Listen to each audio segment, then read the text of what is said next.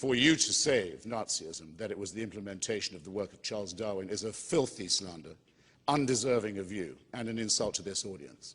If it's an atheistic regime, then how come that in the first chapter of Mein Kampf, Hitler says he's doing God's work and executing God's will in destroying the Jewish people? How come the Führer oath that every officer of the party and the army had to take, making Hitler into a minor god, begins, I swear in the name of Almighty God, my loyalty to the Führer? How come that on the belt buckle of every Nazi soldier it says Gott mit uns, God on our side? How come that the first treaty made by the National Socialist dictatorship, the very first, is with the Vatican? This is not a difference of emphasis between us to suggest that there's something fascistic about me and my beliefs is something I won't hear said and you shouldn't believe. Some people I know who are atheists will say they wish they could believe it. Some people I know who are former believers say they wish they could have their old faith back. They miss it. I don't understand this at all. I think it's an excellent thing that there's no reason to believe in the absurd propositions I just admittedly rather briefly rehearsed to you. The main reason for this, I think, is that it is a totalitarian belief. It is the wish to be a slave. It is the desire that there be an unalterable, unchallengeable, tyrannical authority who can convict you of thought crime while you are asleep, who can subject you, who must indeed subject you, to a total surveillance around the clock, every waking and sleeping minute of your life, I say of your life, before you're born, and even worse, and where the real fun begins, after you're dead. A celestial North Korea. Who wants this to be true? Who but a slave desires such a ghastly fate? I've been to North Korea. It has a dead man as its president. Kim Jong-il is only head of the party and head of the army. He's not head of the government or the state. That office belongs to his deceased father, Kim Il-sung. It's a necrocracy, a thanatocracy. It's one short of a trinity, I might add. The son is the reincarnation of the father. It is the most revolting and utter and absolute and heartless tyranny the human species has ever evolved. But at least you can fucking die and leave North Korea.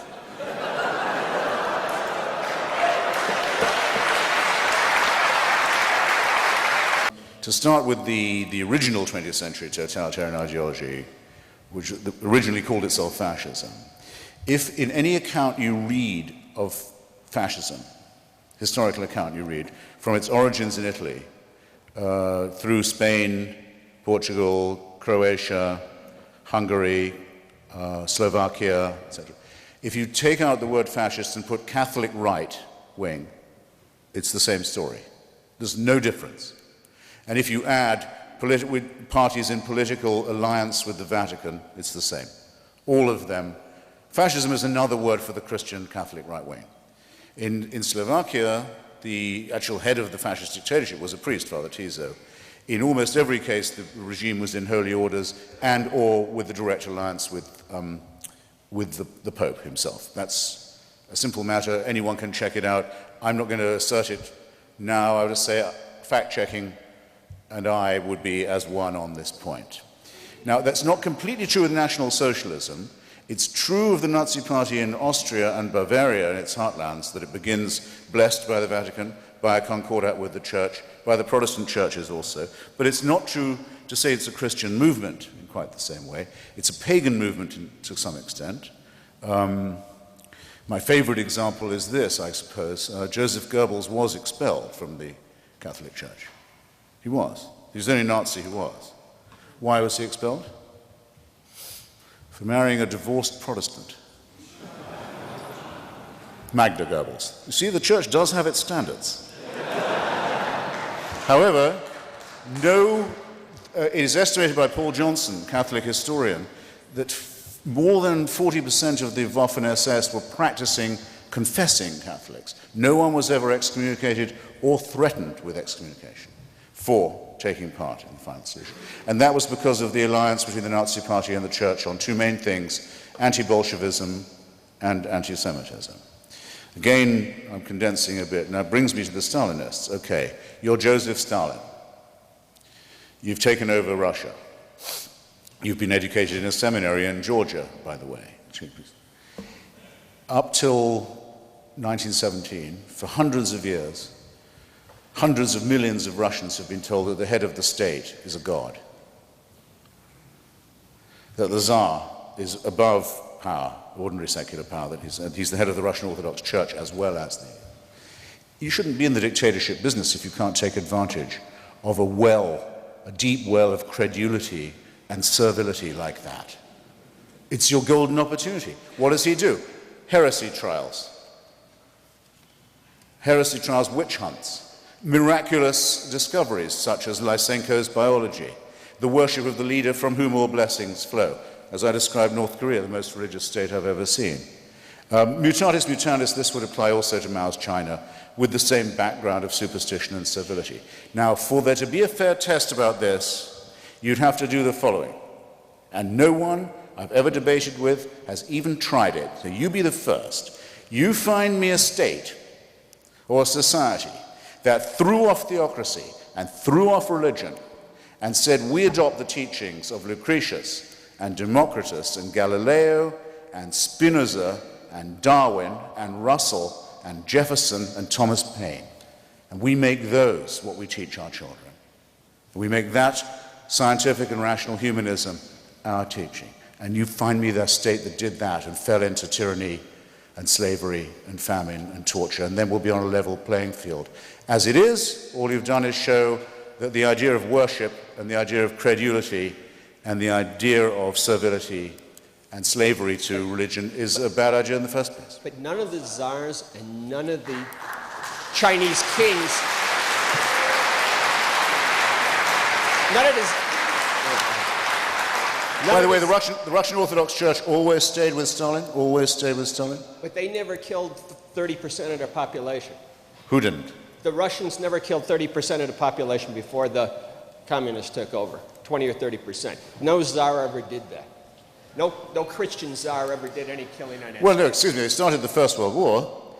They started the pogroms. They brought the protocols of the Elders of Zion that was imported by Tsarist secret policemen to National Socialist Christian gangsters in Europe. How much do you think the export of Russian Orthodox anti-Semitism cost us in point of lives and war?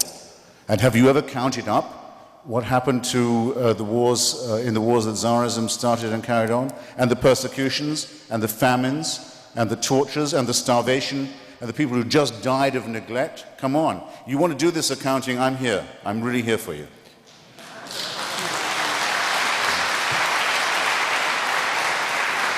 Or what the Serbian Orthodox and the Russian Orthodox have just done in the Balkans. The most recent genocide we've seen in Europe, entirely done by a Russian and Serbian Orthodox fascists and Catholic Croatian Ustasha, grinding a whole part of civilized Europe into nothingness and bloodshed for their filthy, stupid medieval quarrels. How dare you say that any secularist, we who've opposed this kind of barbaric stuff, are on all fours with these creeps? You should take it back. You owe me an apology.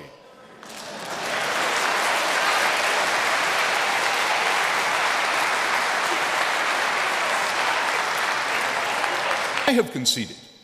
I have conceded the evils done by my side. Why can't you just simply accept that the Soviet Union was an atheist regime which hated God? Why can't you do that? Because it would be false, because the Russian Orthodox Church stood then, as it did with Stalin, as it now increasingly does. Black-cowled figures appear next to Vladimir Putin, former current KGB thug, tyrannizer of the Ukraine, Georgia and the Baltics, filthy replacement of Tsarism, filthy synthesis of Stalinism and Tsarism. The same Russian Orthodoxy is his official nationalist and statist ideology. There was never a moment in Russian history where the powers that be didn't find that church convenient. It may not have been convenient for you as a believer to notice it, but I am obliged to the truth in the matter.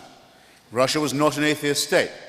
It wasn't even a secular state. It was a pseudo-religious state borrowing from the practice of orthodoxy and trading upon its teachings and its tradition. And I repeat my challenge.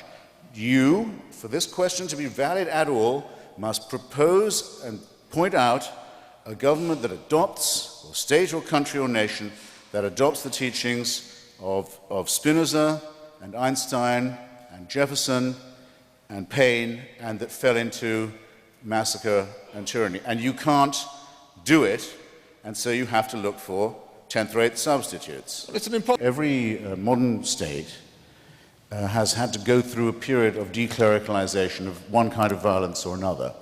The Cromwellian Revolution, the Henry VIII's dissolution of the monasteries, the wars in Spain, the wars in Italy, the French Revolution, which you mentioned, they all have to go through it. It's usually in proportion to how vile, how filthy, how cruel, how tyrannical, how greedy, how ghastly was the pre-existing clerical regime on which much of this must be blamed. But you can't say that the test of humanistic, secular, atheist values has been conducted until you've had that conducted fairly. Hitler's birthday was celebrated from the pulpit by order of the Vatican, by every church in Germany, till the last day of his regime. Do I say that makes you a National Socialist? No, I don't. No, I don't. I would know how to if I was capable of a low blow. But as you know, I'm not. Best known current political dispute in which this country is involved, I suppose, and the oldest one and the best understood, it would probably be the question of Palestine, okay? Where there has been for some time a conflict between two nationalisms, approximately equivalent size of peoples, Jewish and Arab, over a piece of land about the size of Wales, with great and quite just claims, emotionally just claims on both of their parts going back quite a long time. For a long time now, the solution to this very difficult matter has seemed to many people to be something like a partition, an award of roughly half each of the disputed territory. It's not perfect, it's not great, but it is the accepted view of the PLO now, of most of the Israeli voting public, of the vast majority of American Jews, of the UN, of the European Union, of the international community, and so forth. And it makes a rough kind of sense. It's not brilliant, but it's thinkable. It's not insane. Why can't we get what everyone seems to want? Because of religion. That's why. Because there are enough people on the Jewish side to say, what land split? God gave all this land to us. All of it to us. And on the other side, it doesn't take much to say, you're dead right about that. God did award all the land, but not to you, to the Muslims only. And there are enough of them to make certain there cannot be a solution. And just as if that wasn't enough, the mad supporters of Judaism and the mad supporters of Islam, the American Christians to the rescue. With luck,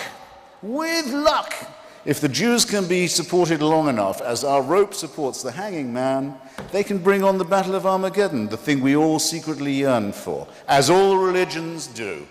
Totalitarian first in their origin, genocidal in their conclusions. We want this to be over. We want this world to pass away. We are pointless without that demand. We are not humanists.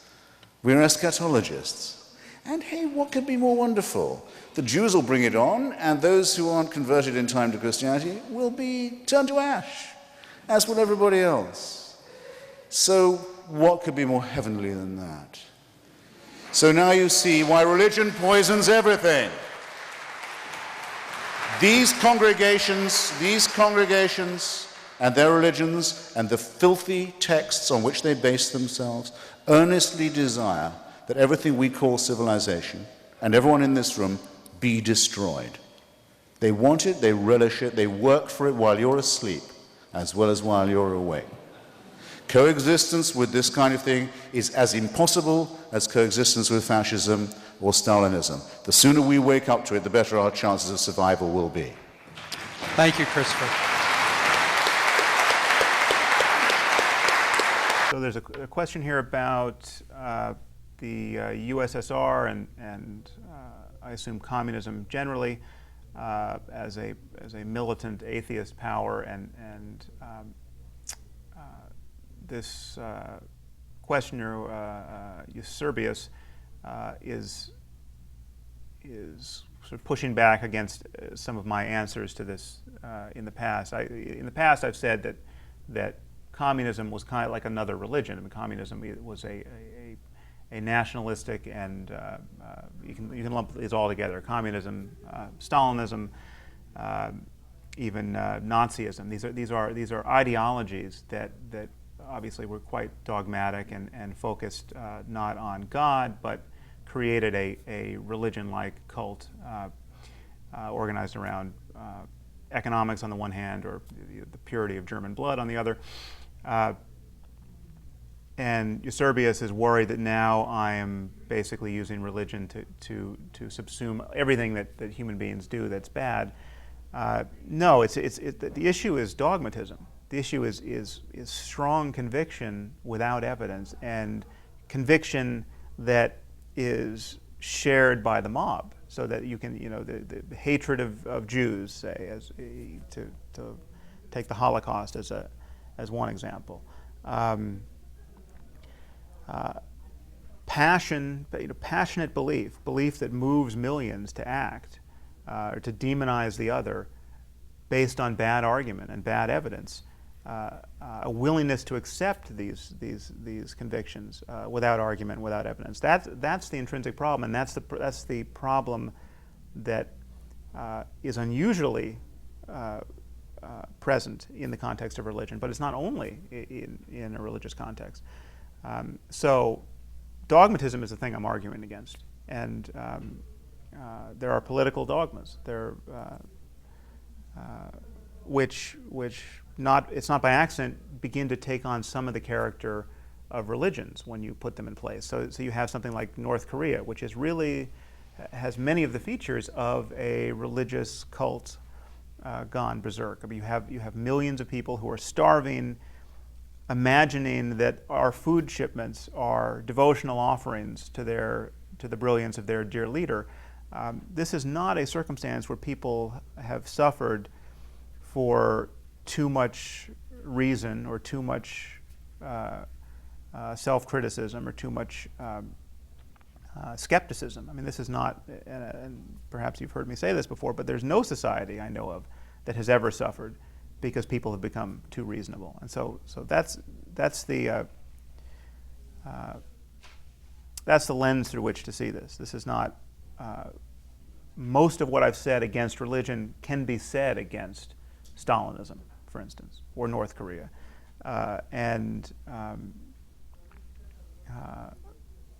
So to say that those are the product of atheism it's another reason why this word atheism is not especially useful, because as a label, it begins to confuse people. They think that, okay, well, Stalin was an atheist, so now atheism is just as bad as religion. Well, no, we're not. The criticism against religion is not the mere advocacy of atheism as an identity. The criticism against religion is because there's no evidence for these core beliefs. Let's criticize the beliefs. Let's criticize this willingness to adopt things on bad evidence.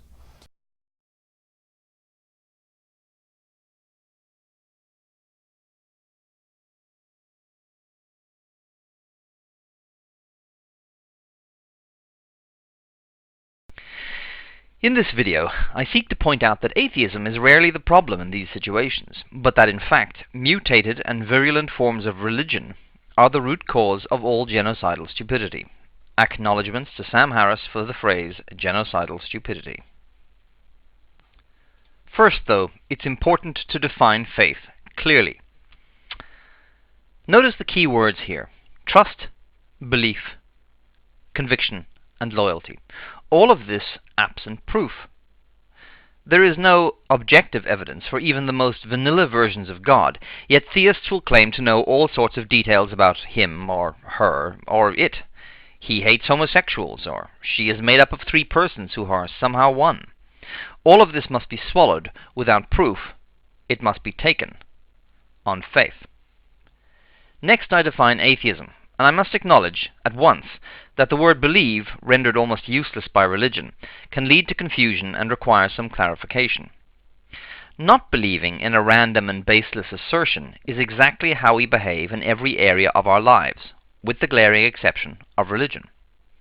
Humans jump out of planes despite the hair-raising terror involved because an avalanche of evidence ensures survival. A person who had never heard of a parachute and never seen a parachute jump would be very foolish to leap out of an aeroplane on the say-so of a 2,000-year-old document they had read. Not believing in something until evidence is presented is the default position. Atheism is a faith, like bald is a hair color. Finally, we need to define dogma. This is merely an umbrella term under which all forms of slavish adulation reside. Note how it's defined: something held as an established opinion, a point of view or tenet put forth as authoritative without adequate grounds. Jehovah, Stalin, Allah, and Hitler, in fact all tyrannous and abusive systems of control, rely on one form of dogma or another for their survival. The focus of worship is almost irrelevant, because the outcomes are invariably the same. But what are these outcomes? What are the characteristics of dogma? I note 5 key characteristics: true believers, irrational, that is to say, to an objective observer, beliefs, a powerful point of focus, heretics, and genocidal stupidity. First of all, let's look at communist dogma in this context. We have true believers, in the form of the party. We have many irrational beliefs to choose from. I focus on 2 extreme examples: collectivization and Lysenkoism. Collectivization led to a catastrophic drop in farming productivity and upheaval particularly severe in the Ukraine. It has been proven that millions died as a result of collectivization. Lysenkoism is a discredited form of genetics. In 1928, a previously unknown agronomist, Trofim Lysenko, invented a new agricultural technique, promising to triple or quadruple yields of wheat. In reality, the technique was neither new nor useful. However, in the compromised intellectual environment of the Soviet Union, Lysenko won all the important political battles. Between 1934 and 1940, he convinced Stalin to arrest, imprison, and execute many of his colleagues. We can see from this remove that Lysenkoism was dangerous nonsense. In fact, it was clear even then, but few dared state the obvious in violation of state dogma. There are disturbing echoes of this disaster in the political promotion of creationism in the US today. We have a powerful point of focus, first in Lenin, later in Stalin, and ultimately in the state. All of an individual's desires, their hopes and dreams, were to be sacrificed on the altar of the state. We have heretics. Trotsky disagreed with Stalin and paid for it with his life. In fact, the great purges of the Bolshevik Party ensured that the ranks were cleared of all who could oppose Stalin, and that ultimately his perspective and his view were to be accepted without question and with mindless and fearful obedience. Finally, we have genocidal stupidity. Combined with Lysenko's ridiculous theories, collectivization caused the deaths from slow starvation of untold millions of men, women, and children. Collectivization was a faith-based initiative. There was no evidence it would work. There was substantial evidence that it might do harm. Yet the Soviet state proceeded anyway. They proceeded on faith. So how does Christian dogma stack up against communism? Well, we have our true believers. I've taken the Catholics as the true believers, given that they are in the majority. We have irrational beliefs, such as the virgin birth, heaven, hell, the Trinity. We have a powerful point of focus in Jehovah, Jesus, the Holy Spirit, and God as one. We have many heretics. In the early centuries of the Church, you have Gnosticism. Then later, in the 15th and 16th centuries, Martin Luther and all that he represents emerges. In the 19th century, the Mormons. More recently, the Jehovah's Witnesses. And of course, we have genocidal stupidity. We have the Catholic Church's position on contraception, their teaching on AIDS in Africa. We have regular European pogroms, witch burnings, and of course the Crusades. So Christian dogma and communist dogma fulfill all 5 of our key criteria for irrationality, and they stack up quite neatly alongside each other. I draw all of this together with the example of Japanese emperor worship, or what I call the missing link. The Japanese elevation of the emperor to godhood and their reckless plunge headlong into World War II with absolute faith in the emperor as their standard is the smoking gun that links religion and secular tyranny as equal subsets of dogma. This is the bridge from "I kill for God who is invisible" to "I kill for the state." Because here the genocidal stupidity was on behalf of a God-man, representative of the state. In conclusion, then, religion is merely a subset of dogma. And dogma is the root of all evil. And to deal with dogma, we must insist on some ground rules. All assertions, including religious ones, must be proven beyond reasonable doubt. Extraordinary claims require extraordinary evidence. Recognize that you reject the claims of all other religions and extreme ideologies because you can objectively see that they are nonsense. You just need to take it one step further and apply those same critical standards to your own religion. Human inhumanity requires people to surrender themselves to someone or something, to do a Nuremberg and thus abdicate their responsibilities to something greater than themselves. What or who that happens to be is almost irrelevant, because the outcomes, persecution, torture, terror, and genocide, are invariably the same.